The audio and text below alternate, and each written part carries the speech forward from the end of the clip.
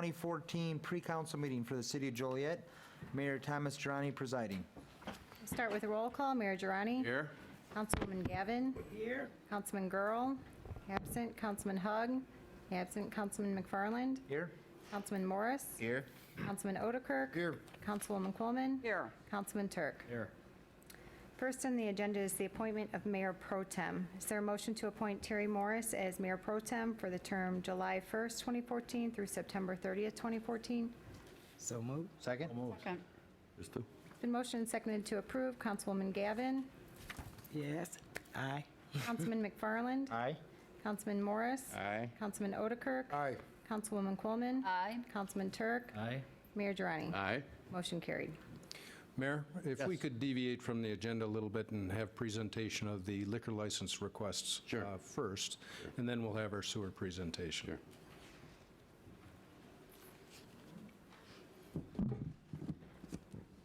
Mr. Mayor, members of the council, we have two requests on the agenda. First is Council Memo 325-14, the Blue Taco LLC. Public hearing was held on May 29, 2014 for the issuance of Class C liquor license at 79 North Chicago Street, doing business as the Blue Taco. Class C licenses are assigned to restaurants. The applicant is Karen Shields, who is the sole owner. Since Karen is not a resident of Joliet, David Goldstein will be the resident manager. No citizens appeared in opposition at the hearing. There are no outstanding monies owed to the city. Police, fire, and building departments recommend approval of license as of the Liquor Commission. Any questions? Is this just going to be beer and wine? Or just beer or But beer and wine. wine? Thank you. Jim. Okay, Jim. Next one. Next is Council Memo 326-14, American Liquors of Joliet, Inc. Public hearing was held on May 29, 2014 for the requested transfer of a Class C liquor license for American Liquors of Joliet, Inc., located at 120 South Larkin, doing business as United Liquors. Class C licenses are assigned to liquor stores. The applicant is Joliet resident Jay Jabara, who holds a Joliet liquor license in good standing at JM Tobacco and Liquor located at 3111 Theodore Street. If approved by the council, the current owners would transfer 100% of their shares to Mr. Jabara. No citizens appeared in opposition at the hearing. There are no outstanding monies owed to the city. The Joliet Police Department approves the transfer, providing the location is closely monitored. There have been numerous calls for service at 120 South Larkin. It should be noted the address is assigned to the liquor store as well as to the apartment complex located above the store. Many of those calls for service were requested by the apartments. The fire and building departments recommend approval of the license as of the Liquor Commission. Questions? None. Thanks, Jim. We'll vote on it tomorrow. Mayor, at this time, our Public Utilities Director, Jim Egan, would like to present the 2014 proposed sanitary sewer system upgrades program. Jim? I'd like to thank the mayor and council for giving me the opportunity to come and present this. With me tonight, I've got Eric Cockrell from Donahue Associates and Mike Waldron from Strand Associates to talk about the respective portion of the program.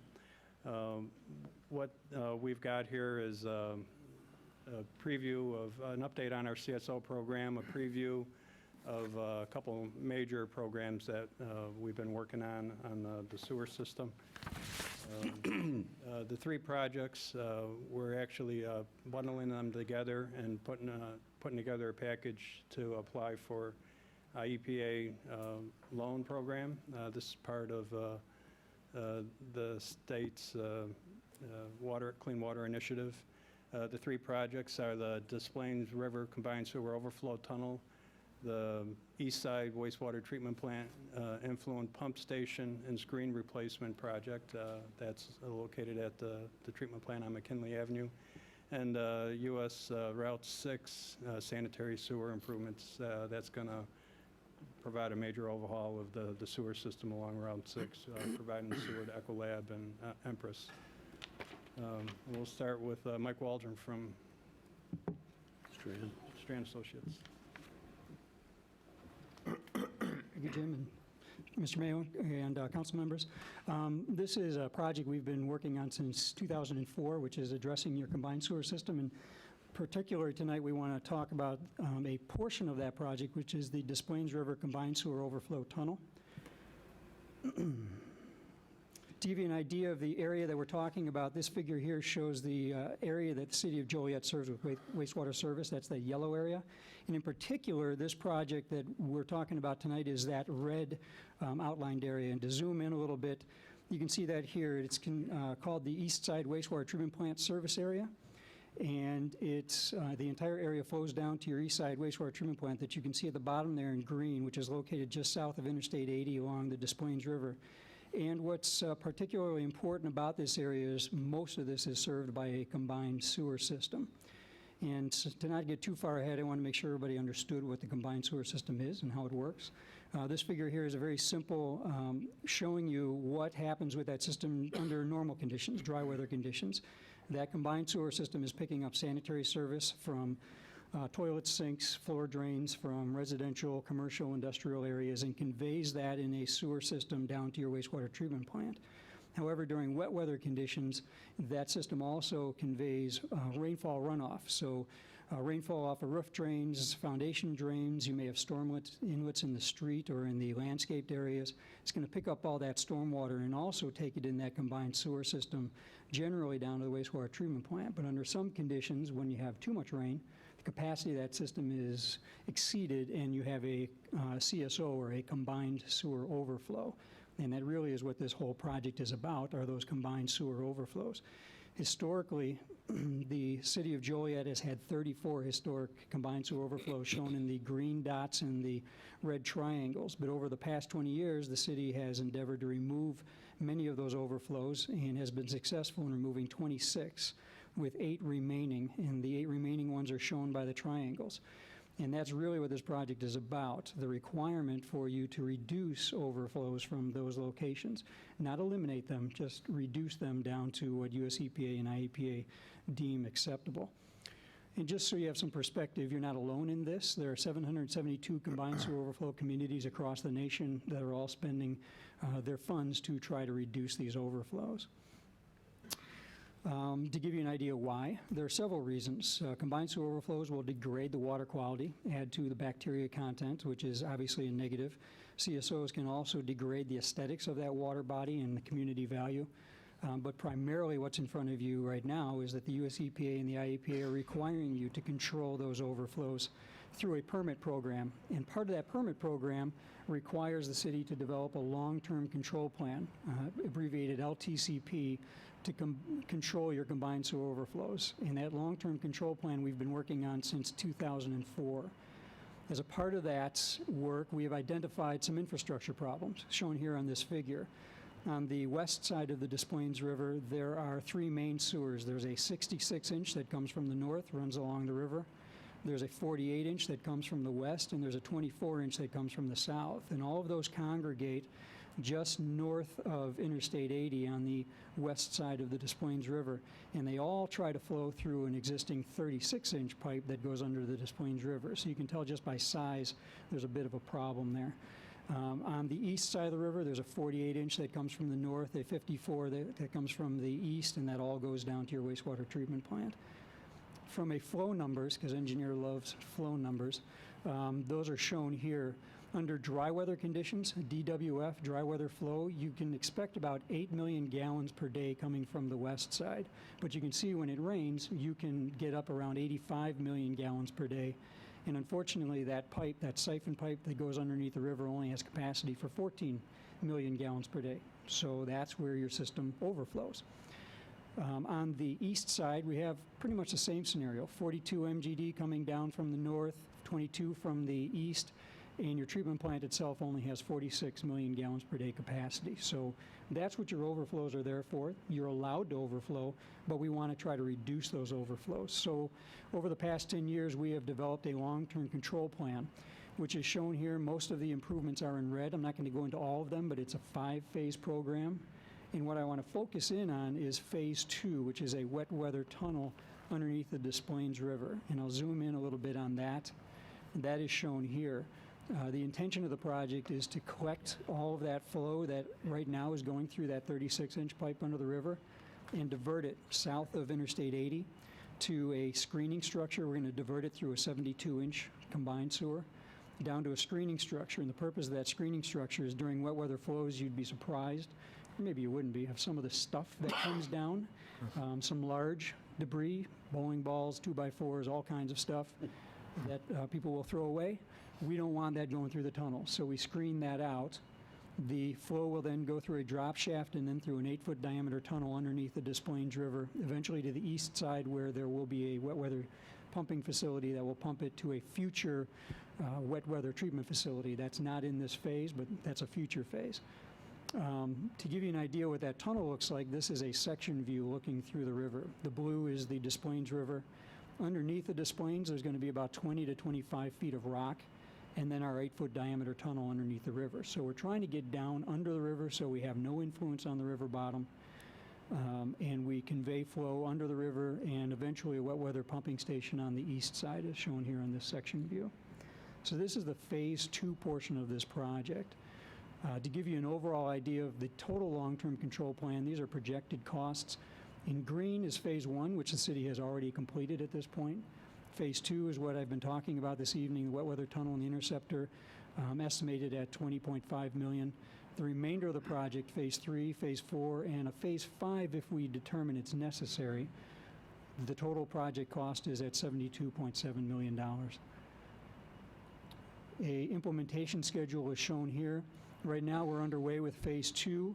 We're looking to get into construction in 2015, through that year, through into 2016, possibly early 2017. But you'll also note that phases 3, 4, 5 are spread out over the next decade. So we have worked with the IEPA to get a plan that will spread out that cost over time and try to reduce the impact to your budget. And to give you a little bit more perspective, again, you're not alone in doing this. There are 3 Illinois communities that are combined sewer communities that have plans to the IEPA. Rock Island has a plan right now that's been approved at $57 million. Peoria is currently being reviewed at $90 million. Aurora is also currently being reviewed. They're at $120 million for their long-term control plan. So it is not unusual, these price tags. This is what they're coming with, and this is what the IEPA is trying to help us with in funding this project. In summary, the combined sewer overflow program is not something that's optional to us. It's passed down from the federal end through your permitting. We have worked with the IEPA and the US EPA to get an approval of this plan that gives you time over the next 10 years. If we don't go through with this, they could take us to court, which a judge will tell us when and how much we would spend on this project. So, Excuse me, is it there is a included in that, the judge will tell us we have to raise our sewer rates, sewer and water rates also? He very may well say. He may say that you have to get this done in the next 5 years, which would obviously increase your rates. So we've worked to try to spread this out over 10 years and reduce that impact. So, thank you. Thank you. Questions? Sure. Pardon me? We'll have questions at the end. Okay, it's very good. Again, thanks for your time. Thanks, Mike. So my name is Eric Cockrell. I'm with Donahue & Associates. We're an engineering firm based in the Midwest. I have 2 projects to talk to you about today. The first one is this East Side Wastewater Treatment Plant Influent Pump Station and Screen Replacement. The second one is a Route 6 pump station. So just to kind of give you a heads up what I'm going to talk about. The first one, just for goals and objectives of the East Side project, there is an existing pump station at the wastewater treatment plant. It's quite old. It was built several decades ago. It has high maintenance costs. It's actually too small to expand at this point. And we know, as Mike described, part of the projects that are coming up with the long-term control plan, some of them will be related to expanding the capacity at the plant itself. In addition, the pumps are old. They're actually engine-driven pumps, not the more typical electric motor pumps. And just because of its age, it's not quite reaching those normal standard operational conditions that reduce some of the energy and labor required to operate it. So again, I think Mike showed where the project location is at that east side plant. You can see, this is just kind of an outline of the project. The new facility is going to be that green outline structure in the upper right-hand corner. One of the benefits of this project is it will move all the screens upstream of the pump. So Mike had talked about how some pretty heavy material comes down the sewer, particularly during wet weather flows. The original pump station was not really designed to have a screen upstream of it. They were able to fit one in, but it doesn't operate the way it's supposed to. It doesn't quite have the capacity it should. So that protects the motors of the pumps, or the pumps themselves, which can be quite expensive to replace if they're damaged. There's also some other associated improvements along with that. So after the pump station is replaced with these new fine screens upstream of it, it'll have a 45 MGD capacity and will be capable of being increased to about 75 MGD if needed. It'll have a more up-to-date automation system with PLCs and SCADA, improved pumping efficiency, and obviously, most importantly, improved reliability compared to the existing facility. There's also going to be some other related improvements on the site, including some site drainage issues where they've been having some flooding during just kind of a normal rainfall event, just because there's no way to get the water off the site. And then repurposing that existing structure where the pump station was to use for some other activities, either storage or some future use. So just an implementation schedule. We're bidding now, or not now, but in mid-July, if approved, with the opening in the end of August, with construction complete in November of 2016. So this is quite a complex construction project, similar to the tunnel project as well. So the estimated cost for that project is $11.4 million. This, just as a note, the schedule is being dictated to some extent by the loan program. They have a published interest rate that goes along with that program, and we've been told that rate is going up in October. So it is driving somewhat the schedule to try to get the project started before that interest rate goes up.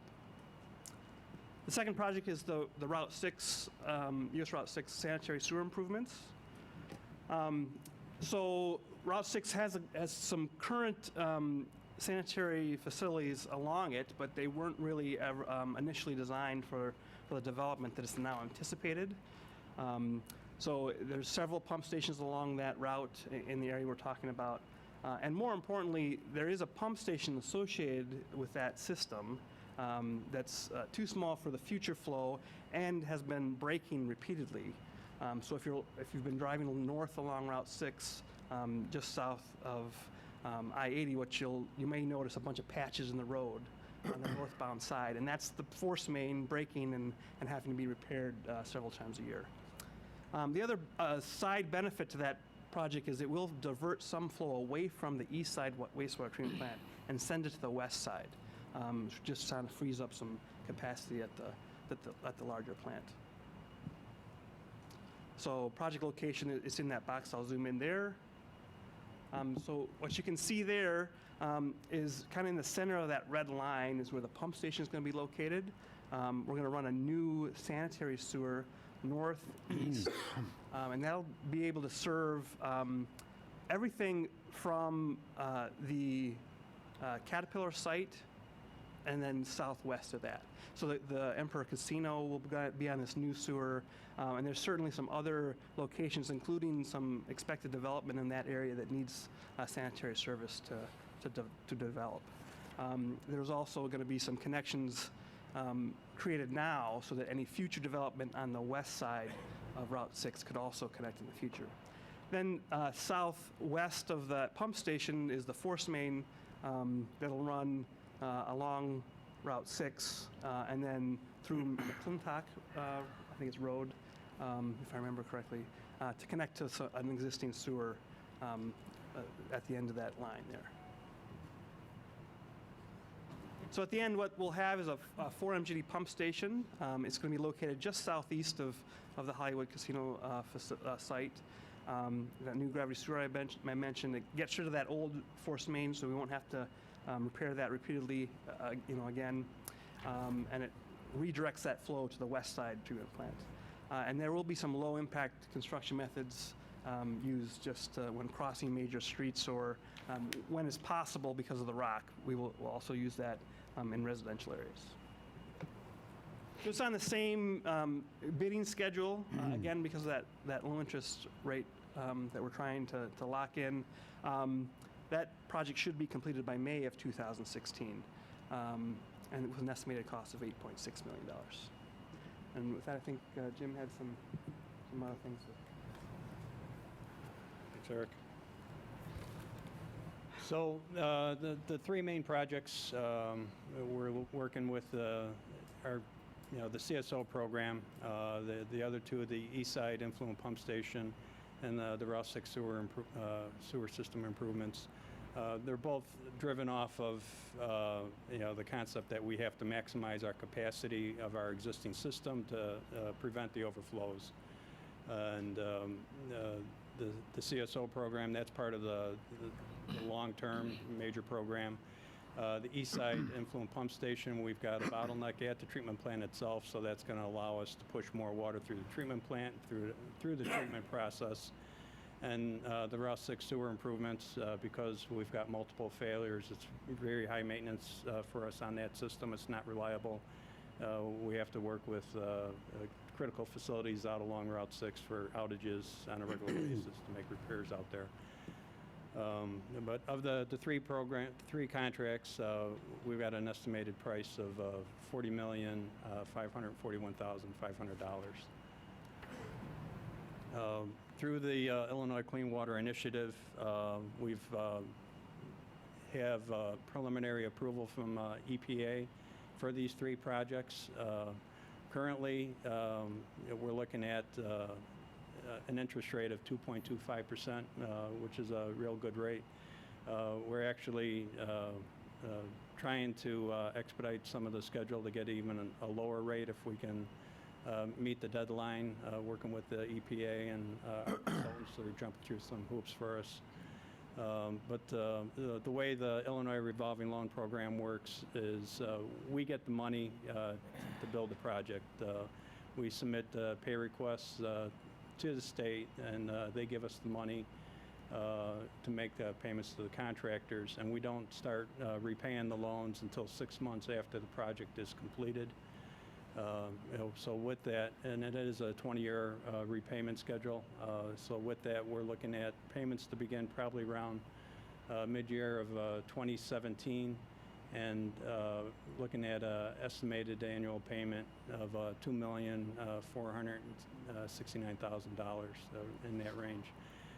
That does fit within our debt schedule, and looking at our current rates, we are able to absorb that kind of annual payment with some other bonds that are going to be expiring, and some other debt that's going to be getting repaid by that time. But the major question is what happens then?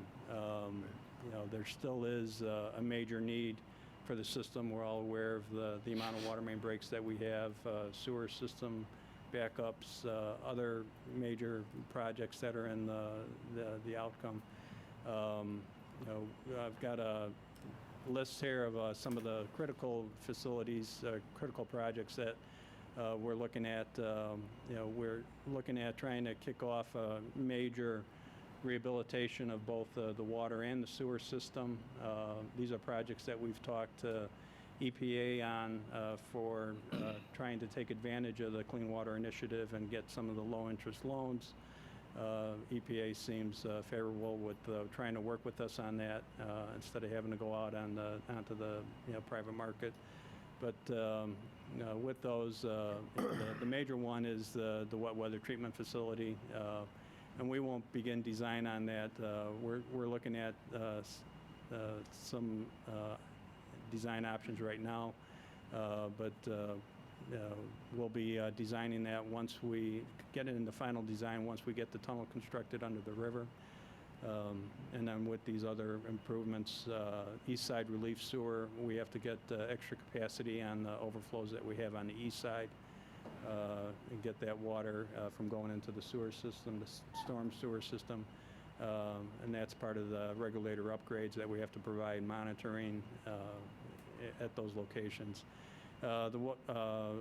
Wastewater treatment plant nutrient removal, that's a new regulation coming down from EPA that we have to enhance our treatment operations at all our wastewater plants to remove more nitrogen and phosphorus out of the discharged water.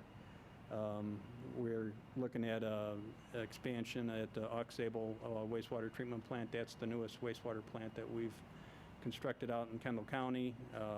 With recent work that we've done, divert and flow from the Black Road project. We anticipate at some point in time over the near future, development's going to take off again out in that area, and as growth continues, that's going to create a need for us to get extra capacity at that treatment plant. And then the final project is the Granite Street storage. That's down at Granite and Bluff Street, down by the Ravens Club. That's overflows located at that location. We've done a lot of work over the years trying to improve that. But if one of the criteria that we have to design to is not to have more than 4 overflows per year on the sewer system.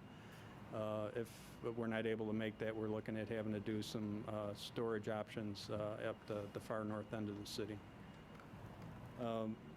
But the funding, we are looking to take advantage of the low-interest loans from the EPA. Long-term, what does that mean? We've been criticized with the rate increase that we did a few years ago, where we had to come in and do the large increase to 35%, followed by 2 years with 5% increase. We want to avoid having to do that. Part of that was done with because we were artificially keeping our water rates low. Because we haven't done a rate increase in 3 years, if we don't address this issue, trying to do moderate, steady increases, then we're going to look at having to do something like that at some point in time in the future. But we're able to demonstrate that we're good on the current rate right now, so we can proceed with the EPA loan to finalize that. But as we move forward with the other projects in future years, we're going to have to address this. We're looking to get a comprehensive rate study completed next year in 2015, and then we'll come back to council at that time with recommendations on what we're looking at for a long-term projection. So the question is, where do we go from here? The long-term control plan and IPA mandates, that's required. If we don't make steady progress on that program to meet our commitment to the EPA, there's possibility that the city of Joliet can get sued, whether it's from the EPA or from any environmental groups. And then with that, we can lose control over the schedule and what the rates are. It would be mandated by a judge. And we highly recommend avoiding getting put in that kind of a situation. I think right now we're in a good place where if we keep on moving forward, making steady progress, we can avoid any of that. And then there's also the need for maintaining the aging water system and sewer system. That's part of the overall capital improvement plan. While the amount of work that's out there that needs to be replaced, that would be an annual program that we would look to try to enhance the amount of water mains that we replace and sewer system that we rehabilitate. But the main thing is, we need to make the system reliable and proceed maintaining that we're able to continue with the growth of the city. So, with that, this presentation tonight, it's a preview of official public hearing that we're going to conduct here in Council Chambers at 7 o'clock on Wednesday. That's where it's going to be open for public comment. And also, there's a 10-day write-in period for anybody that witnesses or views this on Channel 6, or if anybody wants to, get some additional comments. So if there's any questions. I have one. The slide where you had the future projects, how many of those are mandated by the EPA, and what is the cost of those mandated projects? If they're At this time, the only thing that's mandated are the CSO-related projects. We are trying to stay ahead of the current trend with our permit. We don't have the discharge requirements right now in our, for the nutrient removal. We know that, with the enhancements that we would have to do at all three of the wastewater plants, that's not required, but we anticipate that's probably going to be within our next permit cycle.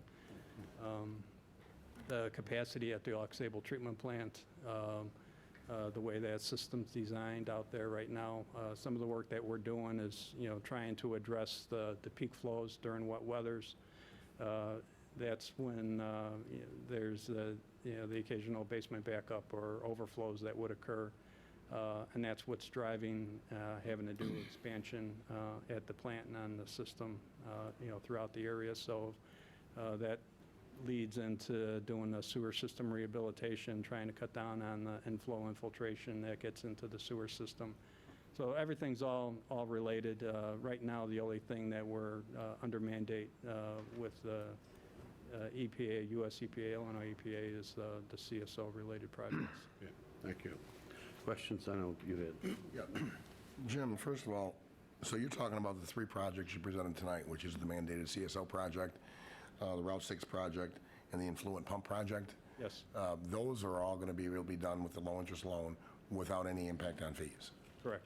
Okay, so that's why we've already bid them, because it won't change the fees to the residents. Yeah, we're planning to bid those in July. So Right. that's coming up Now, the other ones, what you're saying is there will be an impact on fees. in the future. Future. If we don't address, the fact that the last time we did any kind of a rate increase was 2011. We've got increases in our operating costs, with payroll increases. There's, additional staff that we're trying to maintain the system with more people.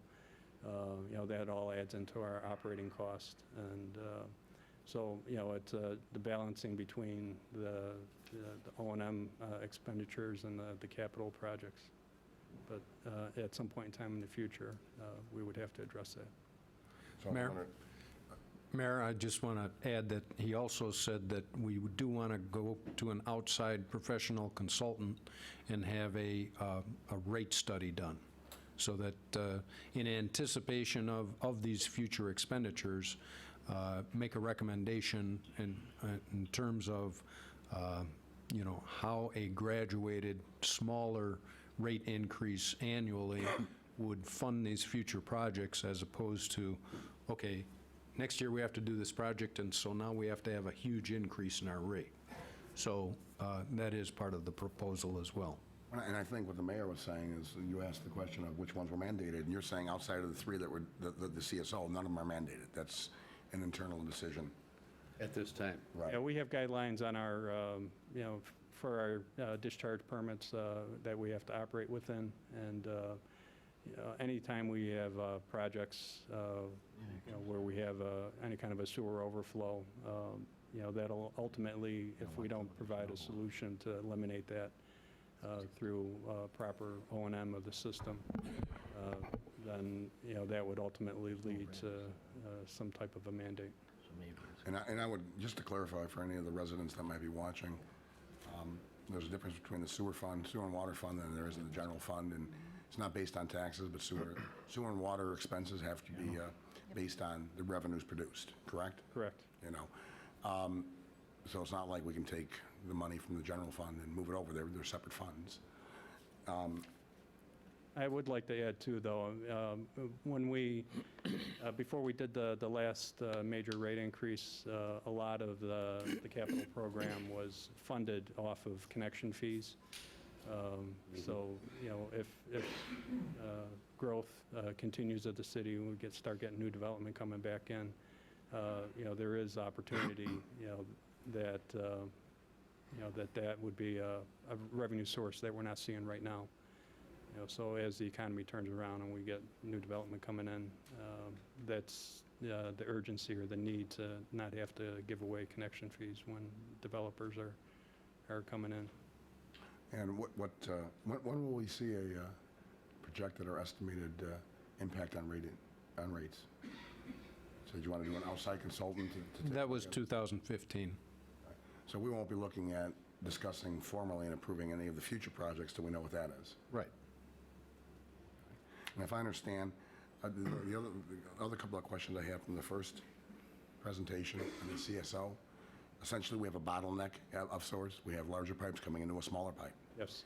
And because it overwhelms the capacity, then it dumps into the river. Yes.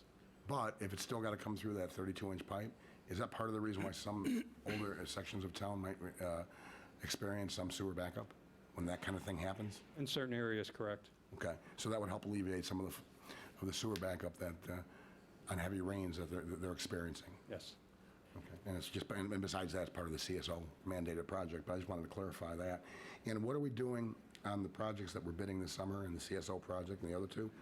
What are we doing to make sure that local workers, local contractors are doing as much, keep the money in Joliet, doing as much of the project as they can? Typically, we try to break the projects up into smaller pieces so the local contractors have the bonding ability. We actually, one of the items that was pulled off the agenda for this meeting was the West Side Interceptor project. We opened bids last Friday on that project. We had estimated price for that at $2.5 million. And we only had one bidder at $3.5 million. So, going back and talking to the contractor and talking to some of the other bidders that we were anticipating, to give us a proposal, there were a couple different constraints on the project. Mainly, the project was, to sum it up shortly, the project was too big for the little guys and too small for the big guys. So we're actually going to roll that into the wet weather tunnel project, do one larger contract, and a lot of the local bidders, contractors would be able to work with some of these more regional contractors as a subcontractor and do a portion of the work. The other projects, they're a little bit specialty work. We know that the Route 6 is probably more attractive to some of the local contractors with the type of work that we normally do as a pipeline project. And the influent pump station replacement, that's more general contractor related and specialty work at a treatment plant. And my last question, I remember, I'm working off memory here, I remember taking a tour of the West Side Treatment Plant, the newest one, out on Arbiter, right? Out near Arbiter. I thought at the time I was told that was already built with, it was at low capacity, or, right now, and I don't know that we had a lot of development since 2011, so why are we, what capacity are we at out there? The recent project we did with the Black Road pump station replacement, where we did the 24-inch sewer force main down Black Road, upgraded the pump station. That was to alleviate the sewer overflows that we had along Bronx. In recent years, since we've completed that project, we've eliminated the overflows. But in effect, what we've done is increase the capacity of that pumping station. And we're taking all that water and we're moving it out to the wastewater plant. So where are we roughly percentage-wise at capacity on an average day? We're actually splitting flows between that plant and the West Side plant. If we pushed all the water from that pump station to the new wastewater treatment plant, we would exceed the capacity out there right now. Oh, and do we also, So we also do some of the capacity, if you, for lack of a better term, we sell to Shorewood. We do some of that, don't we? We've got a service agreement with the Village of Shorewood. We've got the current agreement has a 2 MGD capacity in that. And with the agreement that we entered into with Shorewood, renewed the agreement a year and a half ago, that we're actually selling them an additional 2 MGD capacity over the next 20 years. So that's going to provide future for them for growth, knowing, that development's going to take off again at some time in the future. But the majority of that flow goes to the west side wastewater treatment plant. That doesn't go to the Arbeiter treatment facility. So any rate increases we have as we go through the future programs, would our friends in Shorewood have to absorb the similar rate increase? Yes. Okay. That's all I have. Thanks. Anybody else? Yeah. I have one question. Jim, when did the EPA mandate the city to rectify these 2 issues? I think I'll defer to Mike. 1980 was approximately with the Clean Water Act at the US EPA. And they've been working with towns and municipalities across the country since then. There's different regulations on the CSO program.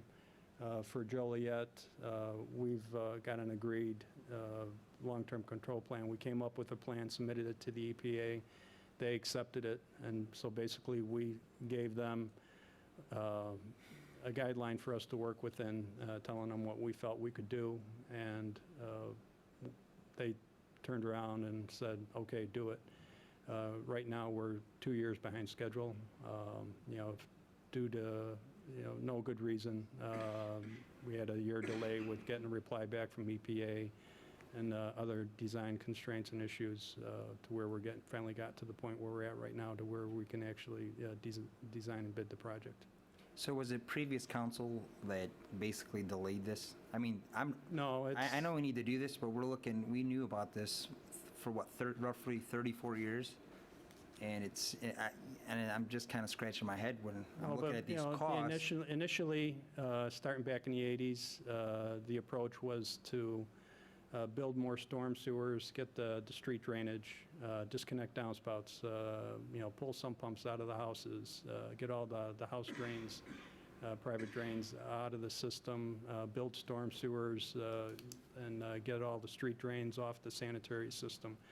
And we were approaching the CSO program that we're not going to work within a long-term control plan and manage a system where we would have 4 overflows per year. Working with Strand Associates, they actually convinced us that that probably wouldn't be in the city of Joliet's best interest, just with the amount of infiltration on an aging system, different programs, footing tiles from houses that are very difficult to separate, and just infiltration just getting in through the old sewer system. We're still going to have peak flows in the system that if we don't have some type of a relief point or some way to deal with the excess water, that's going to cause sanitary sewer overflows or basement backups. And those would be unpermitted, and those would be violations with the EPA, and those would lead to bigger problems that we'd have to deal with. Well, I want to applaud you for having a plan. I think it spells out kind of the direction we need to go. It's just concerning that I see on here that legal action could be imminent, if we don't do something, when we've known about this for 30 some odd years. So yeah, I think you've had discussions, Mike, with the Illinois EPA. I think as we presented, there's a lot of towns that are still trying to get programs approved. EPA's understaffed. There's a lot of bigger targets on the radar.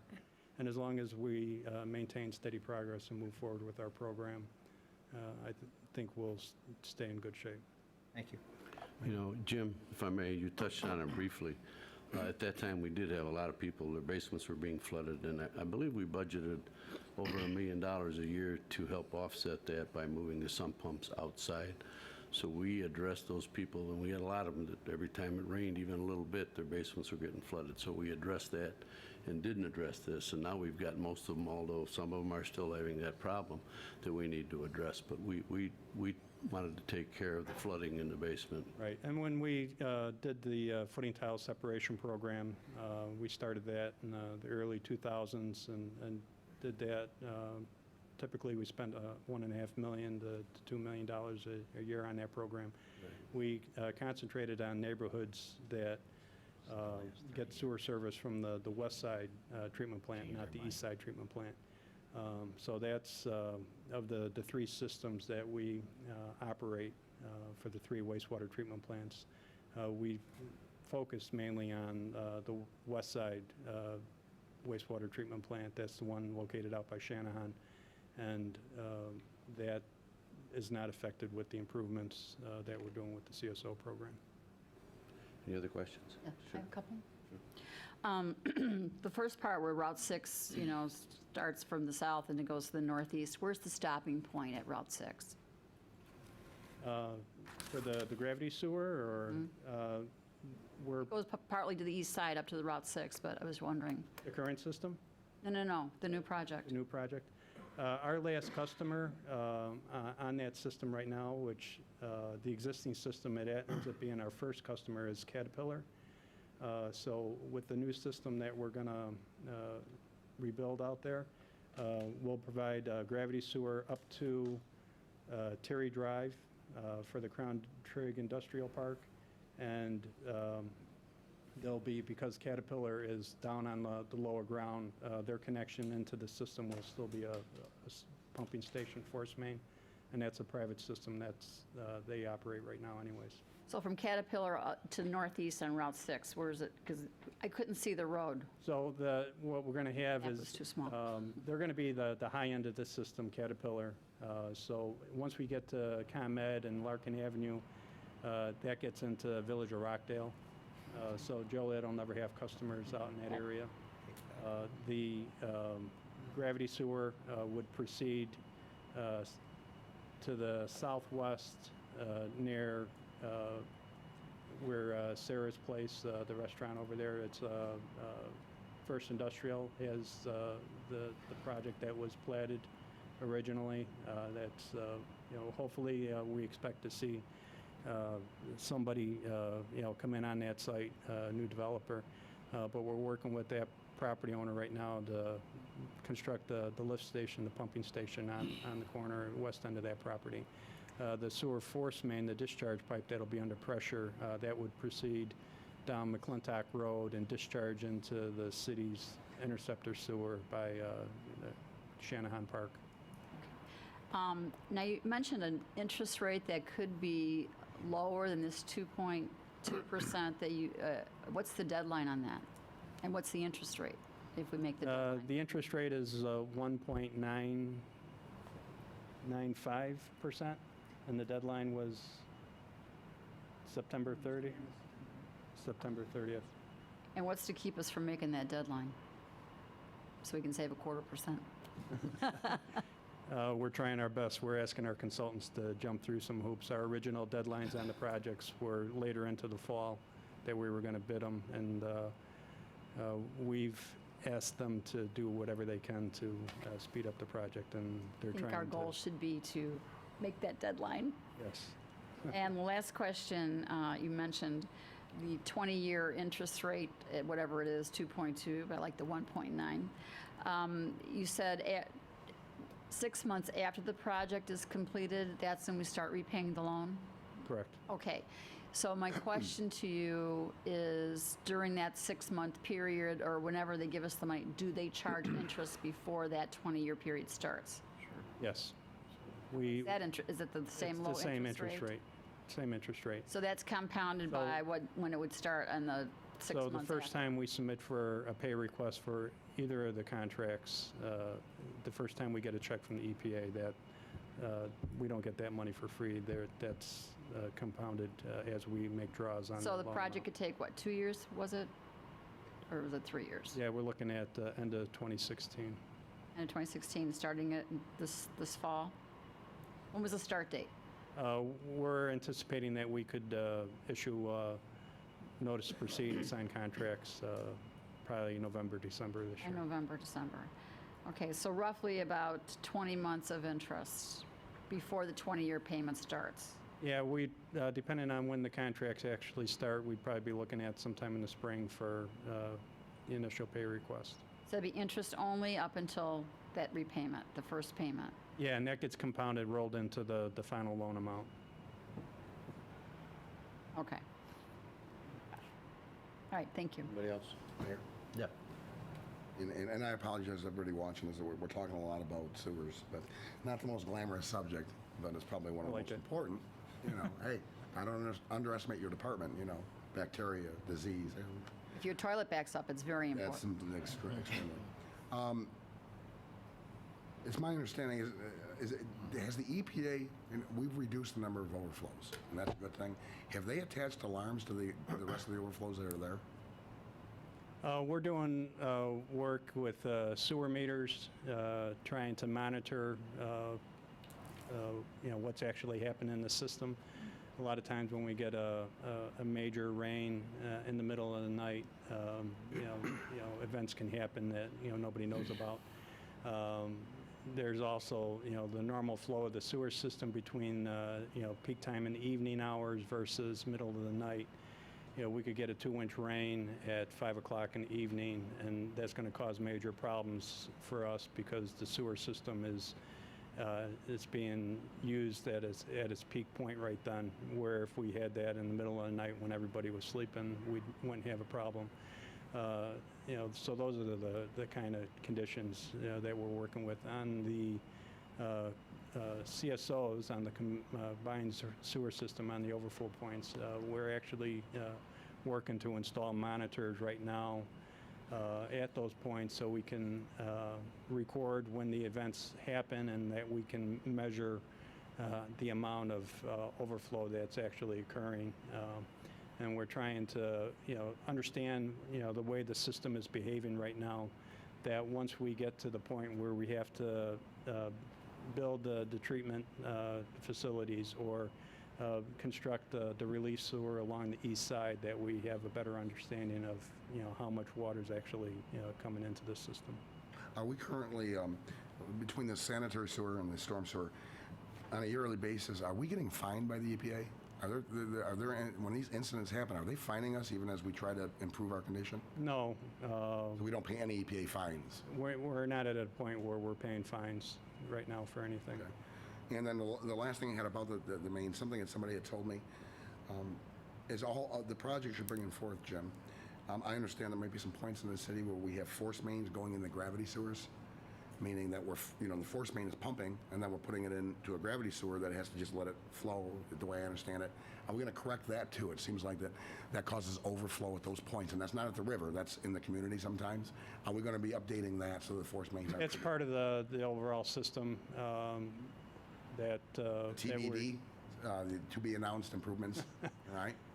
So, one of the areas that we're working is on the far east side. We're actually going to be coming forward with a request in 2 weeks at the next meeting for working with another consultant for doing sewer system evaluations, trying to find where the clean water sources are getting in and identify Nobody has to. restriction points in the system. We look at that as a restriction point where there's too much water coming in from the sewer pumping station, because during a major rain event, those pumps will turn on and they won't discharge, they won't turn off, and they'll overload the system. There's a design criteria that we can do to minimize that effect, to make sure it doesn't cause problems locally at that point. But that is correct what you're saying, though, that the force main discharges into the gravity sewer and can cause... And the way I understand, I'm no expert, gravity sewers go slow, force main's got some speed on it, it's pumping it. Correct. So when they meet up, then you start to have, on heavy incidents, you start to have backflow or... Yeah, if they don't cycle where they turn on and off like they would during a normal dry period, that's going to introduce... That will be looked at as part of all these projects. Yes. And the last question I had is all these projects, I mean, that's a big number. Will any of this help alleviate, in my district, the Aspen Falls thing we've been kind of looking at for a couple of years? The old Mirage, you know, with the flooding off the farm field. That's more of a stormwater, Right. storm Is there sewer. anything we're going to be able to do with that, with this kind of budget over the next few years? Not really. That's, all these programs that we're doing for rehabilitating the water system or the sewer system. Sanitary or combined? Those are funded, strictly through water and sewer rates. There's, with guidelines coming from EPA for monitoring and cleaning the discharge of the stormwater system, because you're picking up contaminants off of urban areas, and discharge to the creek, that there is an extra demand on a lot of municipalities. There's a lot of towns throughout the state that are creating a stormwater utility that would provide an additional revenue source to fund programs like that. But currently, right now, that's all funded through the general fund. Okay, Jim, and related to this, my final question is, where are we at That's the with fifth final question. I'll leave them thorough. I like to listen to what the residents want, and I give them the answer. Yeah, okay, all right. So where are we at with saving the $1.8 million on the 8-year bonds with Bernardi? We have a certain portion that have a deadline of October, and then the sewer water portion, Jim's department, is a deadline, if I understand, in March. Are we working with Bernardi on this? 'Cause I don't Yes, wanna- we are. Okay. Right. Okay. Yeah, you'll keep us up to It's speed a of matter the, of timing right now. Okay. Because I mean, that's a huge number to save over 8 years, 1.8 million. That's right. Okay. Anyone else? So, I'm afraid to ask. okay. It's a short question, short answer. IDOT was figuring in with this somehow with the tunnel under the Plains River. IDOT was talking about moving 80? One of the original concepts for the construction on the west side of the river is that we would have built our sewer closer to the existing river wall. And discussion with IDOT, they didn't like that idea. They wanted us to jump out to Route 6 with the sewer that we need to get from the north side to the south side. They are looking at a future replacement of the I-80 bridge over the Des Plaines River, and the construction sequence of that would be to build a new high-span bridge immediately south of the existing structures. And because they don't know where that pier would be, they did not want us to construct a gravity sewer that would have to be relocated in that area. The only thing that they could commit to us is that there would not be a pier in the middle of Route 6. So that's where we're having to go with our sewer. Okay, so you're okay with? Yes. Okay, thanks, Jim. Thanks, Jim. Again, we're going to have our public hearing 7 o'clock Wednesday evening here in council chambers. Thanks, Jim. I just got a warning, maybe we can expedite the rest of this meeting. That storm's getting awful close out there. Tomorrow night, Bob Navarro will be here from the Heritage Corridor Visitors Bureau to provide an update. On our consent agenda, we've got meeting minutes, payroll, and then one position vacancy in Fleet Services, a foreman's position due to a retirement. Under ordinances and resolutions, the first ordinance is one that kind of starts the dominoes. You'll start to see a lot of intergovernmental agreements involving the city, Metra, Amtrak, BNSF, and Union Pacific. And this one is, again, the first one, which lays out the conditions for the new train station downtown. It provides that we will have a 50-year lease agreement where Metra will have a ticket agent office and passenger convenience facility in the new station.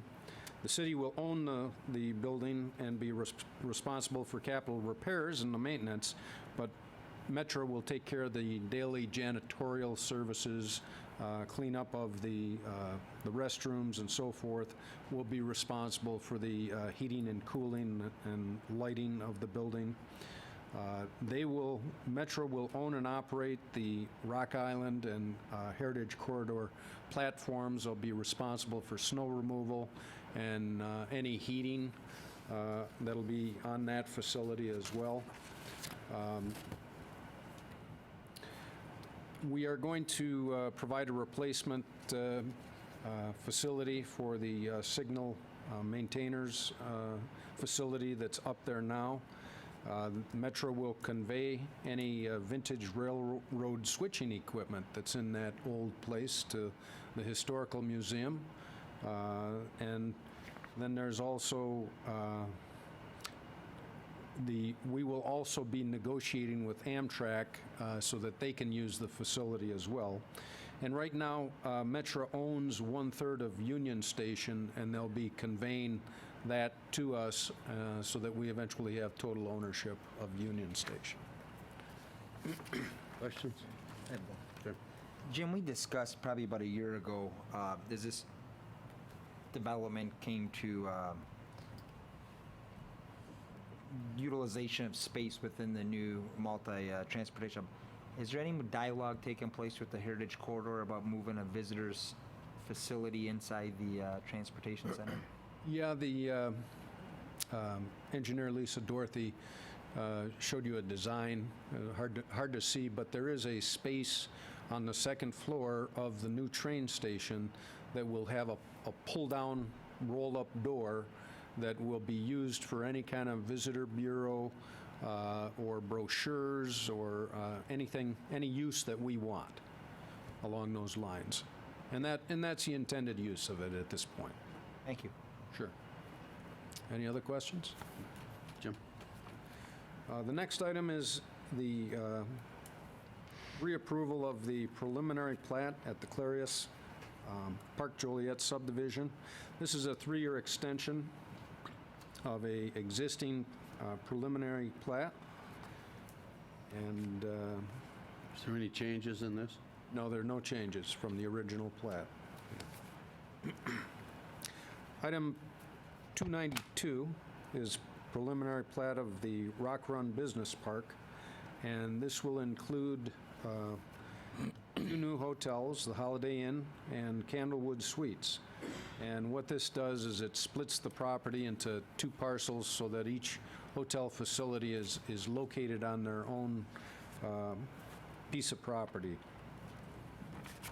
I believe this had prior approval of council, and that's the only change from the plat that was submitted the first time. The contractor has told us that before the end of summer, he hopes to begin the first hotel. Mayor, quick question. Sure. So the council approved a type of TIF agreement, if I recall, or some type of abatement on this property. Does something happen with that, or do you guys recall? Jim, do you recall? I'm trying to pull it up. Yeah, You talking about Councilman, I tax think that abatement? we did do, in essence, an agreement. I believe it has to come back. I'm not sure. Don't hold me to that, but I'll research it and get an answer tomorrow night. Is there confirmation that both hotels are going to go in now, or is he going to sell one of these lots now? No, that it's no, I think separated? it was part of their financing and part of they're 2 different hotel companies, so although he will be the owner of both, he needed this to satisfy one of the demands of the hotels, that they'd be on separate ownership, but no, we don't see any wrinkle to doing this. All right, thank you. Mayor? Yeah. Jim, is it still going to feature a shared conference center for up to 700 people? Yes, They haven't changed that. have not, as well as I guess you'd say a full-service restaurant as well. And I think that's what Councilman McFarland was referring to. We did approve, or at least preliminarily approve, a beverage tax and a tax abatement. Is that what you're asking about, Yes, we Councilman? It did. is. Yes. And I So- believe it was Pulling it up. finalized, but I don't know if it needed to come back for any kind of final approval. That's the one thing I'm uncertain about. Hey, Jim? The next item is a petition for a special use permit to allow medical cannabis dispensary within an existing tenant space of the Rock Creek industrial area. Mike Martin is the attorney for the petitioner, and I believe he's here to answer any questions that you have. Mike? Good afternoon, Mike Martin, attorney for the applicant. The applicant, Mr. Donka, is with me. You've talked to him before. We're pleased to say that we have a tenant. We've entered into a letter of intent with it's 3C Compassionate Care Corporation.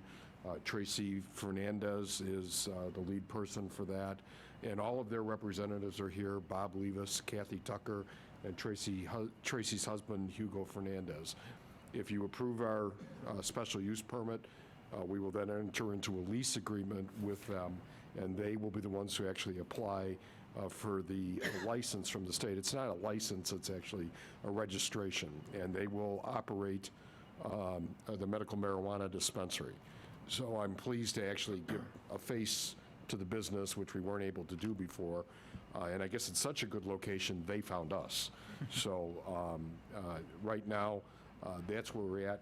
I think if you have questions, Tracy's probably much better prepared to answer some of those regarding state approvals and the operation of the business than I have been. So I guess I'll just open it up to questions because you've heard me before. So, Any questions? Well, I did have some questions before, and I did a little more research, and I did get Mike's email from the questions I had asked prior to.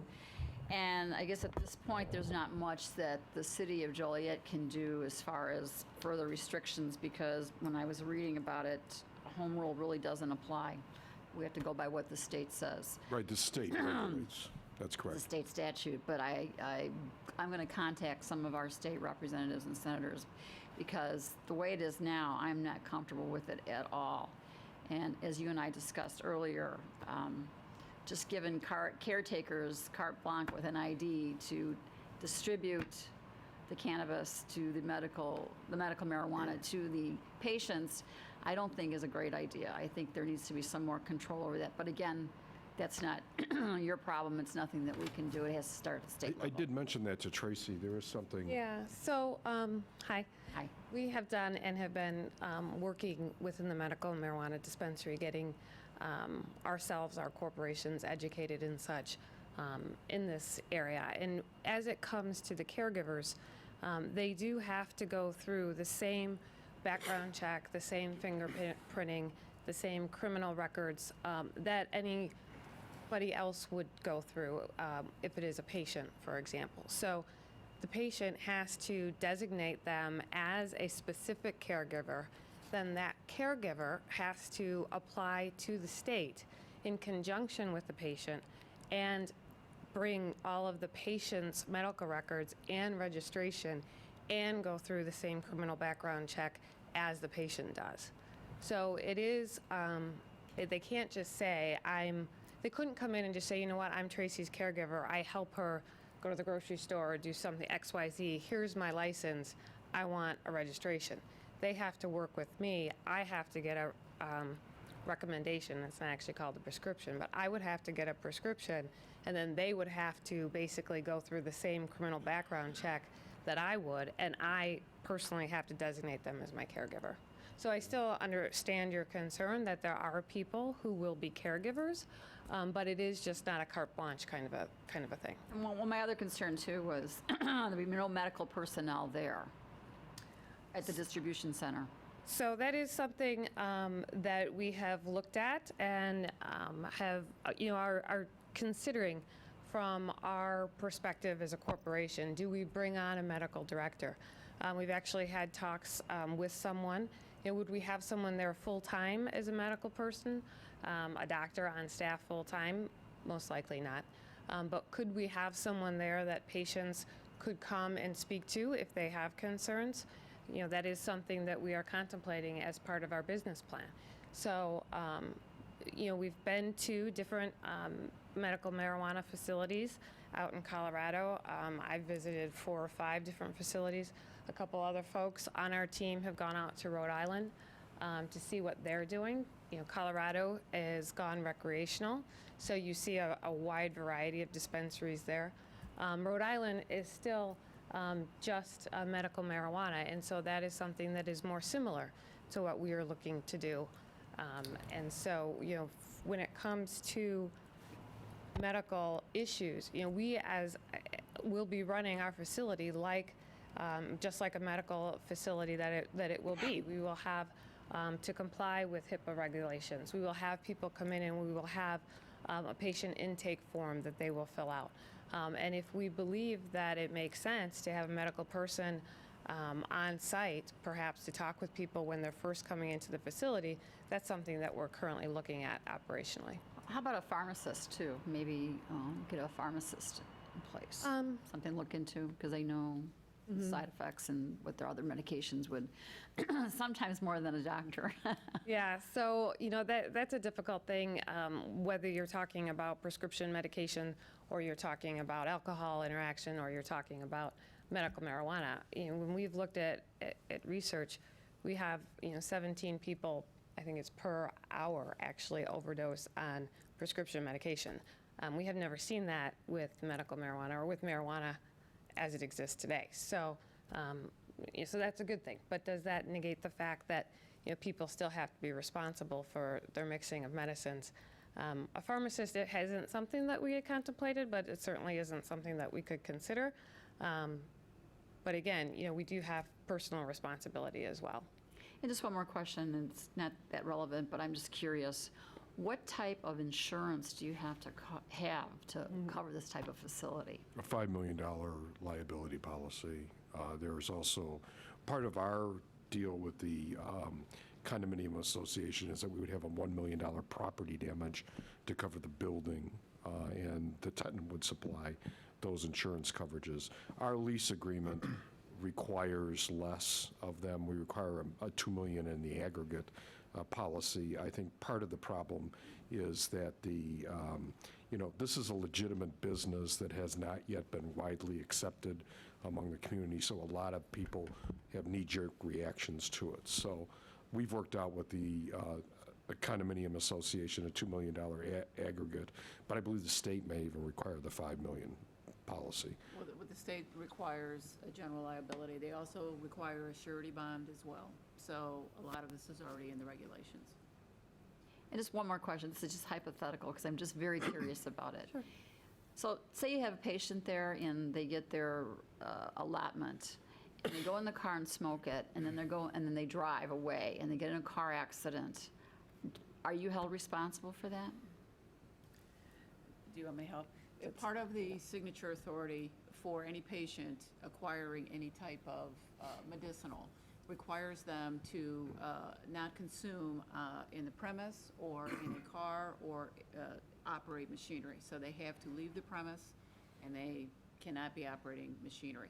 They have to sign that not only through the application process, through their doctor, through a 90-day relationship, but they also have to sign it with us in terms of an engagement through any dispensary that they actually get product from. So it's on them, in other words. And we can monitor it to some extent because we have to have the entire exterior of the building videotaped cameras, so we can actually monitor the cameras and see if somebody is actually doing that. That is correct. So that we could try to interfere. But the patient themselves will have to sign an agreement both with the state, through their doctor, and then through us. Okay. Thank you. Appreciate it. Tracy, name and address for the record, please. My name and address for the Yes. record? Yeah. It's Tracy Fernandez, 618 Ritter Drive. We're in Batavia, Illinois, 60510. Any other questions? No. Thank you, folks. We'll vote on it tomorrow night. Okay, thank you very much. Thank you. Good luck. Next item's 294, which is Rush Transportation, is requesting a special use permit to operate a trucking and transportation company at an existing warehouse facility.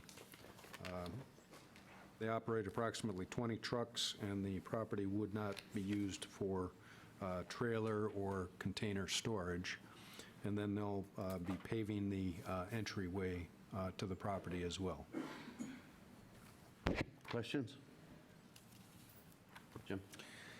Next item is 295, which is basically declaring certain properties as public nuisance, which is the first step to gain compliance and persuading people that we're actually serious, that they have to keep up their property and make certain improvements. And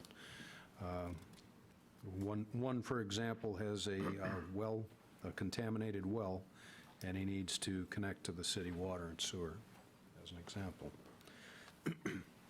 Moving on to resolutions, we've got first item is an honorary street name for Bob Regina Drive.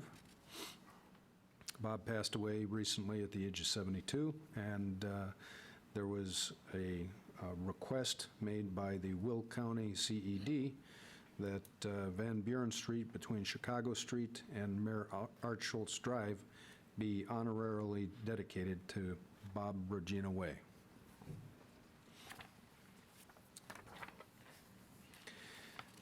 298 is a resolution authorizing the reimbursement of expenditure for West Side Interceptor Project and West Park Front Pumping Station replacement projects.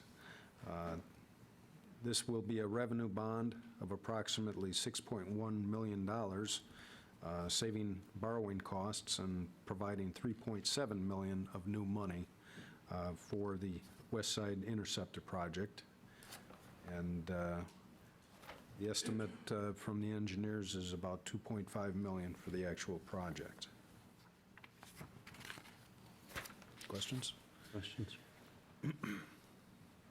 Items 3, 4, and 5, 299, 300, and 301 are actually old IDOT jobs that have been completed. And IDOT contacted us and said, we don't have your resolutions approving these programs, and we need them for our files. So it's a bit of housekeeping. Somehow, some way, it's easier just to adopt a newer resolution, and that's what these three accomplish.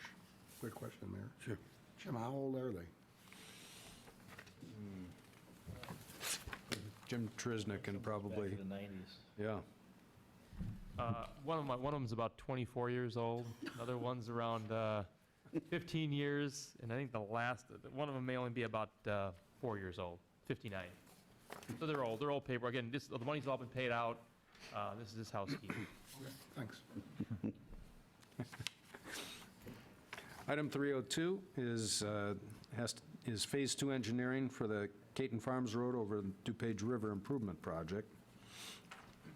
This is where engineers will actually make the construction drawings, and then we'll be able to go to bid for the project. Questions? Jim? Item 303, resolution on Phase 2, again, for the use of MTF funds. This is the resolution that the state needs, that we just approved for the ones they didn't have on file. We wait 24 years on this item? I don't think they want to. Item 304 is a resolution with, again, IDOT for Phase 1 engineering for the Abe Street over Spring Creek Improvement Project. This is a surface program bridge grant for little over $2.3 million. Questions? Jim? 305, again, resolution for that program. And 306, resolution appropriating funds for Washington Street over Spring Creek Improvement Project Plan. Hearing no questions? Any other questions? Item 307 is a resolution authorizing an intergovernmental agreement with the South Suburban Land Bank Development Authority. And what this basically will do is give neighborhood services another tool in their toolbox when dealing with delinquent properties and properties that we may come into ownership with.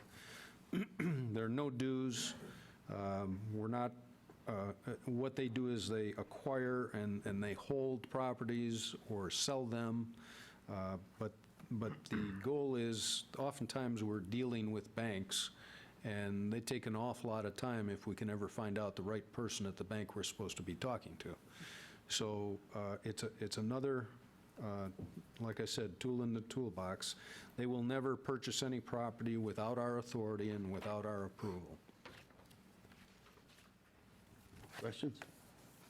Jim? The rest of the items are those that have been reviewed by the Public Service Committee. A couple of things I want to point out, though. Item 311 is a emergency purchase. You probably were contacted recently by Jim Egan about well pump that we needed some emergency repair, and so that takes care of that. And then item 5, number 314, as you heard earlier, we had that on the agenda to be submitted, but that's been withdrawn at this point in time. That's the one that came in at $3.5 million, $1 million over our estimate, and we're now going to make that part of the tunnel digging bid process.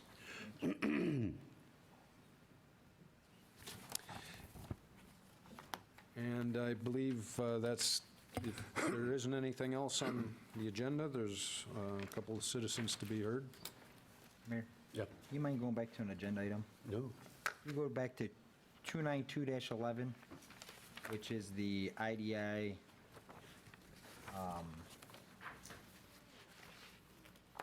pull it back up. Re-subdivision. So I pulled up, and you do research and bring this back tomorrow, but I pulled up the council memo from July 12th of 2013, where the council approved an abatement at an estimated $2.4 million for this project. I'd just like to know what happens with the subdivision of this property and how we're going to monitor the rebates. And you can go back, because some of it's for the hotel motel tax revenues, but then also for purchases of construction equipment, if I'm not mistaken. So if you want to take a look at that tomorrow. We'll take a look at that, and I'll report tomorrow. Okay. on it. My only concern is, I understand that he's mentioning to us that he's subdividing it for the purpose of financing, but what says that he can't take and sell off that if he can't get the financing? So what happens then to all this abatement? So if you can have some type of explanation tomorrow, I'd appreciate it. Sure. We can do that. Citizens to be heard? Who's first here? Bob Pedersen?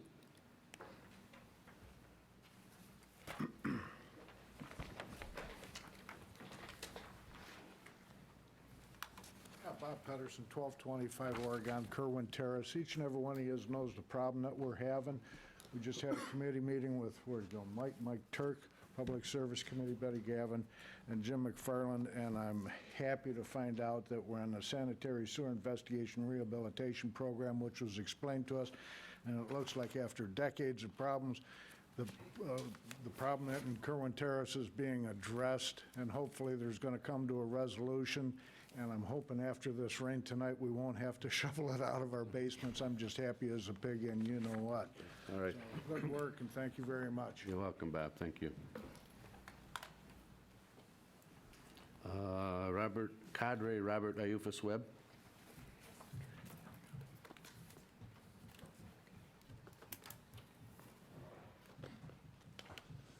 On behalf of the reasonable thinking human beings among the people of the state who reside throughout the Joliet-Will County area community, particularly those who lived in the southeast side of the city of Joliet, I extend to this council our greetings of peace and friendship. Name and address for the record, Bob. Well, you already expressed who I am, but I reside at 215 South Sherman Street here in the city of Joliet. I have two issues that I want to share with you all today. First, recommendations for the council to take action in its advisory capacity to call for the ceasing of manipulating citizens to waive their constitutional rights. Those among us who were here during the first city council meeting of December 2012 will recall I raised a particular issue concerning a practice that seemingly violated citizens' rights under the 4th, the Fifth and the 14th Amendment, particularly that of requiring individuals to take urine analysis tests at status hearings over at the Will County Courthouse. And I subsequently re-raised that issue the previous time that I was here.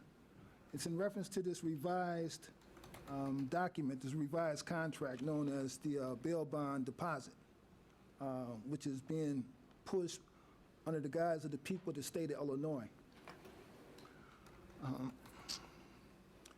I had mentioned before about there's a need to recommend to those who have came up with this idea to cover up the violation of the people's constitutional rights, that this right here should be challenged for reasons of it being unconstitutional, to make some conditions part of a contract that violates the constitutional rights of the citizens.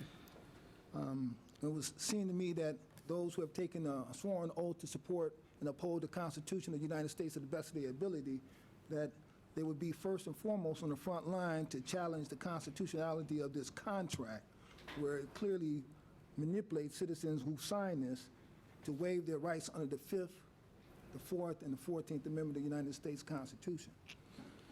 A number of people I've talked to, they asked me, well, what has the council decided to do since you have recommended this? Well, I gave the council a suggestion in terms of who they should get in contact with in Washington, D.C. at the U.S. Department of Justice. So we're still waiting to find out what this council intends to do on that particular recommendation, to call into question the illegitimacy of this particular contract, the way that they have revised it without having an open public meeting in compliance with the Illinois Open Meeting Act, to get input from the citizens to change something that the citizens are going to be subjected to, and then to do it under the guise of the people of the state. Well, the people of the state surely aren't in agreement with You got 30 seconds, Bob. this revised contract. So I'm suggesting again that we're recommending that this council act in this advisory capacity, maybe pass it on to the county board and have them look into it, or get in contact with the individuals down there in Springfield, or deeper still, get in contact with the U.S. Justice Department to challenge the unconstitutionality of this contract. Thank you. Anything else? Motion to adjourn? So move. Second? It's been motion and seconded to adjourn. All in favor? Aye. Opposed? Meeting adjourned. I like play jam.